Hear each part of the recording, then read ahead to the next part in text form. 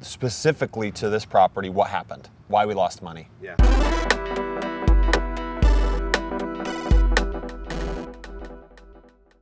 So today we're going to talk about something that nobody seems to like. Accident. There's two types of real estate investors, those that have taken a loss and those that are going to take a loss. Because I think if you're in this game long enough, if you're in real estate long enough, you will take a loss. And it's what you do with that loss and how you learn from that and how you move forward, it's going to define your investing career. Some people take a loss in their first property and they never go back to it. You can learn just as much or actually more from your losses than you can from the profits. Just adjust your practices. That's the property address. 9312 Mabry, I think it's Mabry Avenue Street, I don't know, in Albuquerque, New Mexico. Bought this property to flip it. Purchased that day for that. It was September 3rd for $207,977. Repairs, $24,643 into repairs. Interest costs, $20,935 on interest and holding costs. So at the end of the day, totally into this property, $253,555.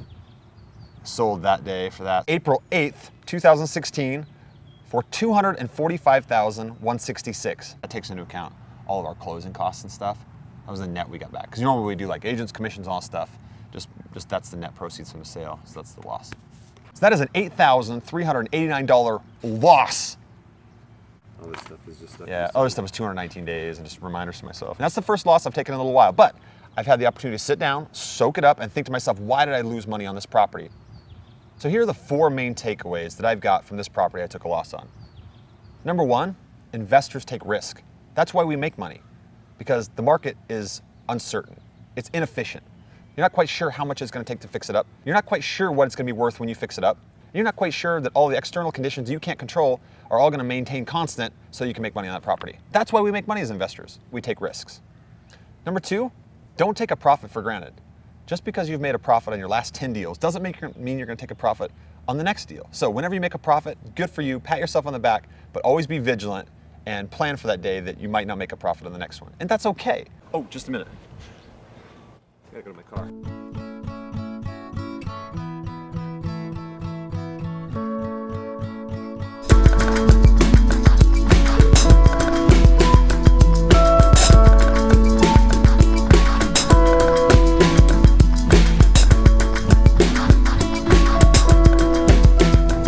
There you go. It's a beautiful thing.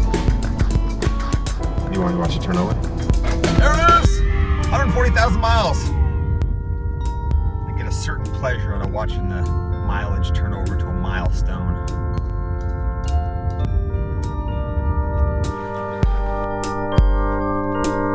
Admit it, when you park in your driveway and it hits 100,000, you kind of don't want to drive anywhere for a while because you want it to stay on 100,000 odometer.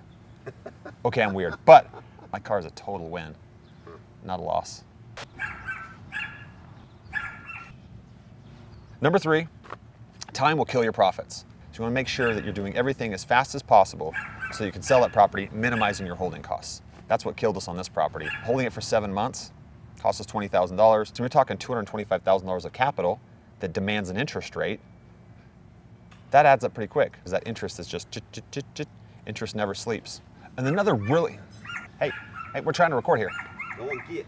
Doug, Get. so many elements that are outside of our control. We had that property sold 2 months before that. I don't remember exactly the circumstances, but he backed out. We would have probably made a $15,000 or $20,000 profit. But since we didn't, holding costs and putting it back on the market and finding a new buyer at a lower price cost us that money. And number four, get feedback from your buyers. Everybody that walks through that property, get feedback from them. Have their agent, call their agent, or have your agent call their agent and say, what did they like? What didn't they like? Why aren't they making an offer on this property? Because sometimes you can adjust the property per that feedback. People talk about the backyard, or they didn't like landscaping in the front yard. They didn't like the layout of a house. They didn't like a color. They didn't like something was dirty. You have an opportunity to fix that when you get the feedback from the buyers. I feel like I'm flying blind when we've got a property on the market and it's just sitting there for week after week after week. The only way you can get that vision is by talking to the agent and having him get feedback from everybody that goes through that property.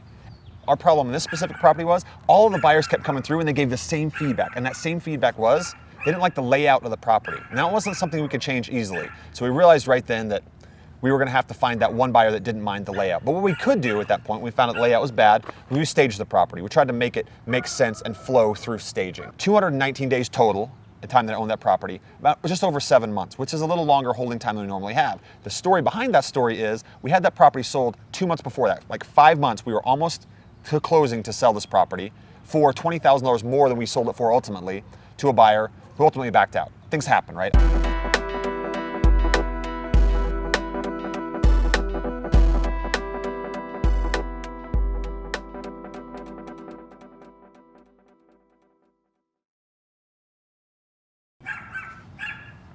What do you want?